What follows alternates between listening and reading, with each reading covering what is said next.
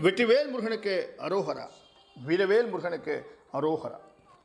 நேற்றைய உரையில் கந்தபுராணத்தின் முன்னோட்டத்தை நாம் பார்த்தோம். இன்று முதல் ஸ்ரீ கந்தபுராணத்தை பற்றி விரிவாக பார்க்க இருக்கின்றோம். இந்த கந்தபுராணத்தை உங்களோடு நான் பகிர்ந்து கொள்வது டாக்டர் எஸ் ஜெகத்ரட்சகன் எழுதிய நூலிலிருந்து தான். கந்தபுராணம் கந்தனின் அவதாரத்தோடு தொடங்குவது கிடையாது. பார்வதியின் தோற்றத்தோடும் அவர் செய்த தவத்தோடும் தான் கந்தபுராணம் துவங்குகின்றது. ஆகவே நாமும் பார்வதியின் தோற்றத்தோடு இந்த கந்தபுராணத்தை தொடங்குகின்றோம். வாருங்கள் ஊரைக்குள் செல்லலாம். திரு கைலாயமலையில் அம்மையப்பனாகவும் உமையொரு பாகனாகவும் மாதொரு பாகனாகவும் விளங்கக்கூடிய சிவனும் பார்வதியும் அமர்ந்திருந்தார்கள். அப்போது தன்னுடைய உள்ளத்துக்கு ஒருவித மனக்காயத்துடன் பார்வதி இருப்பதை கண்டிருந்த சிவபெருமான் அன்னையின் வருத்தத்திற்கு காரணம் என்ன என்று வினாவினார். உலக மக்களின் துன்பங்களை போக்கும் அன்னையாக விளங்கும் உனக்கு என்ன துன்பம் வந்தது என்று கேட்டார். உடனே பார்வதி, முன்பு நான் தட்சனின் மகளாக தோன்றினேன். அதனால் எனக்கு தாட்சாயினி என்ற பெயர் உண்டாகியது. அதன் பின்னால் அகில உலகத்தையும் படைத்த பரம்பொருளாகிய தங்களை மறந்து கொண்டேன். பரம்பொருளே தனக்கு மருமகனாக வந்தது எண்ணி மகிழ்ச்சி அடைவதற்கு பதிலாக அதனை பயன்படுத்தி ஆணவம் கொண்டு சுயநலத்துடன் தட்சன் விளங்கினார். சிவனின் ஆற்றல் சக்தியால் விளங்குகின்றது. அந்த சக்தி தனக்கு மகளாக பிறந்து விட்டாள். எனவே அவளுடைய தந்தை என்ற முறையில் சிவனுக்கே சக்தி கொடுப்பவளாக நான் இருக்கின்றேன் என்ற கர்வம் தட்சனிடம் மேலோங்கி இருந்தது.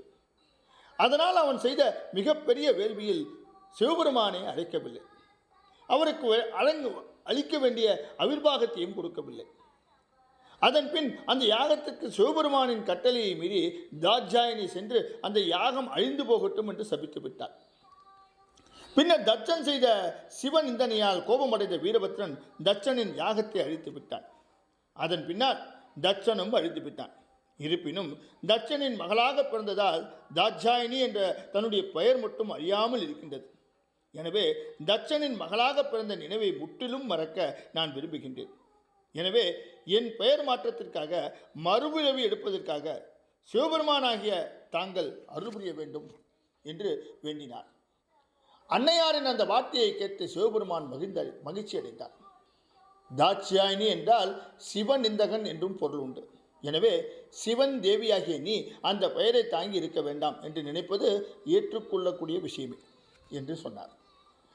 இமவான் என்று சொல்லக்கூடிய இமயமலையின் மன்னன் மலையரசன் என் மீது பக்தி கொண்டவன். அவன் உன்னை மகளாக பெற வேண்டும் என்று தவம் புரிகின்றான். அதனால் நீ மலையரசனின் மகளாக சென்று அவதரிப்பாய். நீ வளர்ந்து 5 வயது ஆன பிறகு என்னை குறித்து தவம் புரியும் எண்ணம் உனக்கு மேலோங்கும். அப்போது வந்து நான் உன்னை மனம் முடிப்பேன் என்று சொன்னார். இமயமலைக்காரரில் மலையரசன் தனக்கு அம்பிகையே மகளாக பிறக்க வேண்டும் என்று தவம் புரிந்து கொண்டிருந்தான். அவன் அர்ச்சனைக்காக தடாகத்தில் சென்று தாமரை பறிக்கப் போகும்போது அங்கு 1008 இதழ்களுடைய தாமரை மலரில் அம்பிகை குழந்தையாக இருப்பதை பார்த்து ஆச்சரியமடைந்தான். வியப்பும் ஆனந்தமும் அடைந்தான் மலையரசன். அம்பிகையே மகளாக பிறக்க வேண்டும் என்று தவம் புரியும் தமக்கு அவளே குழந்தையாக தாமரையில் கிடைத்து விட்டாள் என்று எண்ணி மகிழ்ச்சி அடைந்தான்.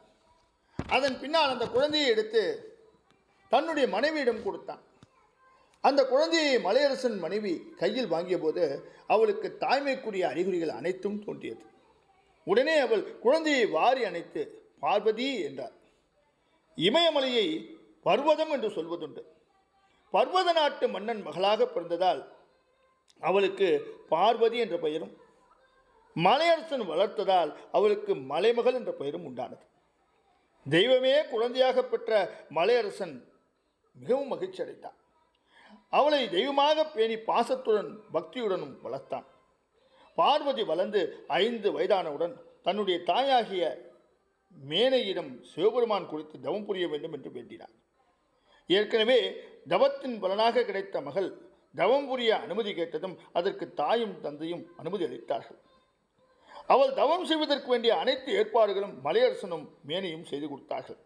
இருப்பினும் பார்வதியின் தாய் மேனைக்கு 5 வயதிலேயே தன் மகள் தவம் புரிவது துன்பமானது என்று வருந்தினாள்.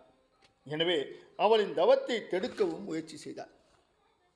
தவம் புரிவதை மேனை தடுத்ததால் அம்பிகைக்கு உமா என்ற திருநாமம் ஏற்பட்டது. உமா என்றால் தவம் வேண்டாம் என்று அர்த்தம். உமா என்ற சொல்லுக்கு வேறொரு அர்த்தமும் இருக்கின்றது. அது தேவி பிரணவம் என்று சொல்வார்கள். குறிப்பாக ஓம் என்ற பிரணவத்தில் அகாரம், உகாரம், மகாரம் ஆகிய மூன்றும் இருக்கின்றன. இதில் உமா என்ற பெயரில் முதல் எழுத்தில் உகாரமும் இரண்டாவது எழுத்தில் மகாரமும் இருக்கின்றது.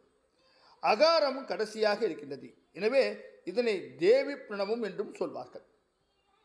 தொடர்ந்து கந்தபுராணத்தை நாளைய உரையில் தொடர இருக்கின்றோம். இன்று விரிந்து நாளை சந்திப்போமா? வெற்றிவேல் முருகனுக்கு அரோகரா. வீரவேல் முருகனுக்கு அரோகரா.